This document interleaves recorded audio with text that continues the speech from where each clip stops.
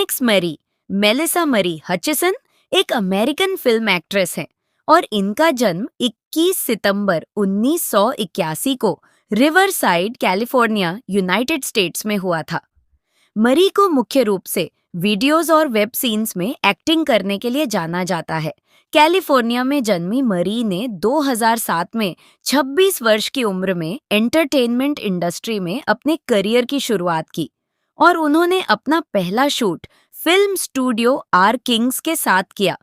इसके बाद उन्होंने अभिनेत्री के तौर पर अन्य फिल्म स्टूडियोज के साथ भी काम किया और इन फिल्म स्टूडियोज में Evasive Angles, Odyssey, Passport Unlimited और स्टूडियो ए एंटरटेनमेंट मुख्य रूप से शामिल हैं। फिल्म स्टूडियोज के अलावा मरी ने फिल्म इंडस्ट्री की विभिन्न प्रसिद्ध अभिनेत्रियों के साथ भी वीडियोज में परफॉर्म किया है और इन अभिनेत्रियों में Abella Danger, Anikka Albrite, Brooklyn Chase, Dani Daniels और एला मिलानो मुख्य रूप से शामिल हैं। अपने व्यापक करियर के लिए जानी जाने वाली फीनिक्स मैरी ने 2025 तक 1500 से अधिक फिल्मों और वीडियो में अभिनय किया है और कई फोटोशूट और कवर के लिए पोज दिया है, जिससे उन्होंने खुद को उद्योग में एक प्रमुख हस्ती के रूप में स्थापित किया है। उन्होंने प्रमुख स्टूडियो के साथ काम किया है और विभिन्न शैलियों में अपनी बहुमुखी भूमिकाओं के लिए पहचानी जाती है।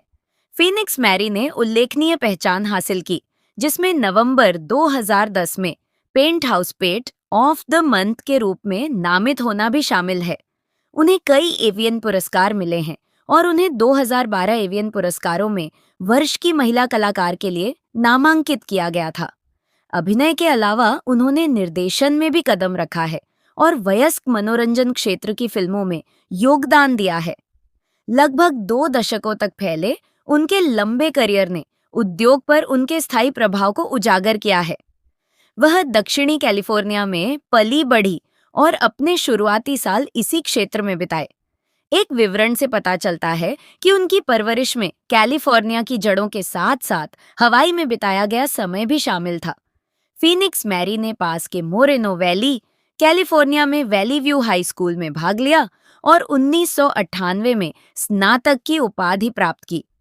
1,22,006 में एडल्ट फिल्म इंडस्ट्री में प्रवेश करने से पहले फीनिक्स मैरी ने दक्षिणी कैलिफोर्निया के क्लबों में एक एक्सोटिक डांसर के रूप में काम किया था। उन्होंने इस अवधि को ऐसे प्रदर्शनों के रूप में वर्णित किया है जिन्होंने कामुक अभिव्यक्ति में उनके आत्मविश्वास को निखारा। लगभग 2004 तक प्रदर्शन करने के बाद अन्य अवसरों की ओर रुख किया। इंटरव्यू में मैरी ने बताया है कि एडल्ट एंटरटेनमेंट में करियर बनाने की उनकी प्रेरणा सेक्स के प्रति व्यक्तिगत आनंद और उनके पूर्व साथी द्वारा पोर्नोग्राफी से परिचय कराने से उपजी थी, जिन्हें वह इस शैली से उनकी शुरुआती अपरिचितता के बावजूद इसे जानने के लिए प्रोत्साहित करने का श्रेय देती है। इस जिज्ञासा ने उसे एक दोस्त के साथ एक वयस्क उद्योग प्रदर्शनी में भाग लेने के लिए प्रेरित किया, जहां वह एक प्रतिभा एजेंसी से जुड़ी और पेशेवर भागीदारी की दिशा में प्रारंभिक कदम उठाए। वीडियो निर्माण में अपनी शुरुआत से पहले मैरी अंशकालिक रूप से न्यूड मॉडलिंग करती थीं, जिससे उन्हें कामुक मनोरंजन के क्षेत्र में शुरुआती पहचान मिली। 5 फीट 9 इंच लंबी और 36 DD 2743 के माप के साथ उसने नृत्य और मॉडलिंग में अपनी शारीरिक मांगों को पूरा करने के लिए एक फिटनेस दिनचर्या बनाए रखी। फीनिक्स मैरी ने 2006 में एडल्ट फिल्म इंडस्ट्री में प्रवेश किया और 2007 में अपनी ऑन स्क्रीन शुरुआत की। उसी साल 15 अक्टूबर को vivid entertainment production brand new faces 2 में अपने पहले सीन में दिखाई दी। इस शुरुआती गोंजो शैली के दृश्य ने स्क्रीन पर उनकी उपस्थिति की शुरुआत को चिह्नित किया, जिसमें उन्हें हार्डकोर तत्वों पर ध्यान केंद्रित करने वाली एक नवागंतुक के रूप में दिखाया गया। उद्योग में प्रवेश करने से पहले उसने एक स्ट्रिपर के रूप में काम किया था, जिससे उसे वयस्क उन्मुख वातावरण में प्रदर्शन से कुछ परिचितता मिली। अपने शुरुआती वर्षों में मैरी ने अपनी पहली और बाद की फिल्मों के लिए विविड सहित प्रमुख स्टूडियो के साथ साथ विभिन्न प्रकार के हार्डकोर प्रोडक्शन के लिए एडम एंड ईव और विकेट पिक्चर्स के साथ तेजी से संबंध स्थापित किए। उसने गोंजो और तीव्र सामग्री के लिए जाने जाने वाले इविल एंजेल के साथ भी सहयोग करना शुरू कर दिया, जो 2008 में गैप लवर्स 3 जैसे शीर्षकों में दिखाई दिया, जिसने चरम गुदा दृश्यों में शामिल होने की उसकी इच्छा को उजागर किया। 2008 तक King.com के साथ उनके शुरुआती शूट में BDSM और फेटिश तत्वों को पेश किया गया, जिसकी शुरुआत 23 मई को एक बंधन केंद्रित दृश्य से हुई, जिसमें रस्सी बंधन परिदृश्यों में उनकी सहन शक्ति और आकर्षण पर जोर दिया गया। मैरी ने अपने सुनहरे बालों और सुडौल बदन वाली छवि के इर्द गिर्द अपनी प्रदर्शन शैली विकसित की, जिसमें हार्डकोर, गोंजो और उभरते हुए फेटिश शैलियों में बहुमुखी प्रतिभा पर जोर दिया गया, जिससे उन्हें शुरुआती सहयोगों में अलग पहचान बनाने में मदद मिली। 2008 के अंत तक उसने दर्जनों दृश्य जमा कर लिए थे, जो उसकी फिल्मोग्राफी और ऑन स्क्रीन उपस्थिति के तेजी से निर्माण को दर्शाता है। अपने शुरुआती करियर के दौरान मैरी ने सार्वजनिक रूप से उद्योग की मांगों के अनुकूल होने और अपनी यौन इच्छाओं से संबंधित व्यक्तिगत शर्मिंदगी पर काबू पाने जैसी चुनौतियों पर चर्चा की, जिसे उन्होंने 2007 से 2008 तक अपनी तीव्र वृद्धि को बढ़ावा देने वाली बाधाओं के रूप में श्रेय दिया। इन सफलताओं ने उन्हें इस क्षेत्र में व्यापक अवसरों के लिए तैयार एक बहुमुखी कलाकार के रूप में स्थापित किया। फीनिक्स मैरी के करियर में 2010 के दशक में महत्वपूर्ण बदलाव आया, जिसमें अभिनेत्री के रूप में अपने निरंतर अभिनय के साथ साथ निर्देशन की भूमिकाएं निभाना भी शामिल था। उनके IMDb प्रोफाइल के अनुसार उन्होंने विभिन्न एडल्ट फिल्मों में सेकंड यूनिट डायरेक्टर या असिस्टेंट डायरेक्टर के रूप में काम किया है, जो इस दौरान कैमरे के पीछे उनकी बढ़ती भागीदारी को दर्शाता है। इस बदलाव ने उन्हें रचनात्मक स्वतंत्रता का अनुभव करने और साथ ही हार्डकोर फिल्मों में अपनी प्रतिष्ठा बनाने का अवसर दिया। 2010 के मध्य तक उन्होंने चुनौतीपूर्ण दृश्यों को बखूबी निभाने में सक्षम एक बहुमुखी कलाकार के रूप में अपनी पहचान बना ली थी, जिसने उद्योग में उनकी लंबी सफलता में योगदान दिया।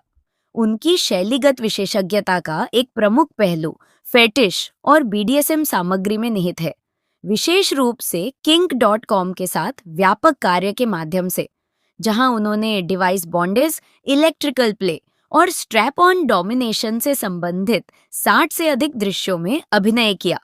उदाहरण के लिए उल्लेखनीय प्रदर्शनों में पाइल ड्राइवर और फिस्टिंग से युक्त गहन बॉन्डेज सत्र शामिल हैं, जो चरम स्थितियों को सहन करने और उनमें शामिल होने की उनकी क्षमता को प्रदर्शित करते हैं। गोंजो एनल परफॉर्मेंस में उनकी विशेषज्ञता ने उनकी स्थिति को और मजबूत किया। विभिन्न स्टूडियो के साथ सहयोग में कच्ची अलिखित तीव्रता पर जोर दिया गया। फीनिक्स मैरी 2022 तक कुल मिलाकर 1500 से अधिक दृश्यों में दिखाई दे चुकी हैं, जो इन शैलियों में उनके योगदान के पैमाने को उजागर करता है। कई बेहतरीन परफॉर्मेंस में उनके महत्वपूर्ण सहयोगों का अहम योगदान रहा है, जिनमें मैनुअल फेरारा जैसे पुरुष कलाकारों के साथ लगातार काम करना शामिल है। उनके साथ उन्होंने 27 सीन किए, जिनमें अक्सर गुदा मैथुन और हार्डकोर एनल सीन शामिल थे।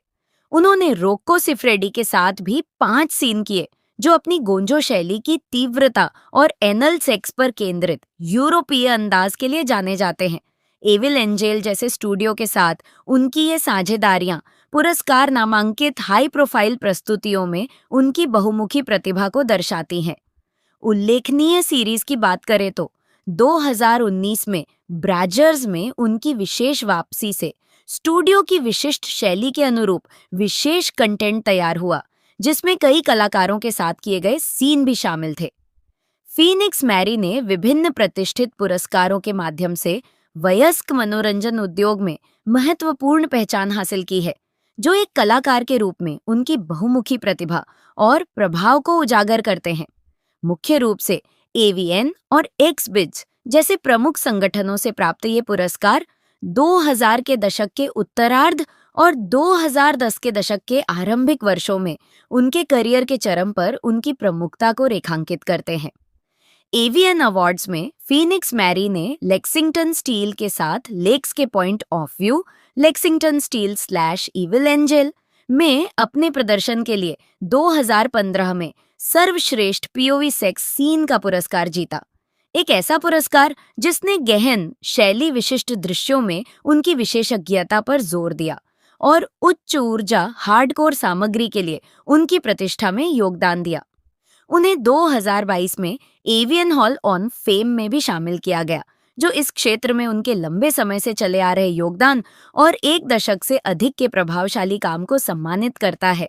2015 में फीनिक्स मैरी ने मूफिया प्लेटफॉर्म के लिए अपनी वेब सीरीज माई सेक्सी लाइफ की शुरुआत की, जिसमें उन्होंने दर्शकों को अपनी दैनिक दिनचर्या और जीवन शैली की पर्दे के पीछे की झलक प्रदान की और काम और अवकाश दोनों के प्रति अपने गतिशील और आत्मविश्वासी दृष्टिकोण पर जोर दिया।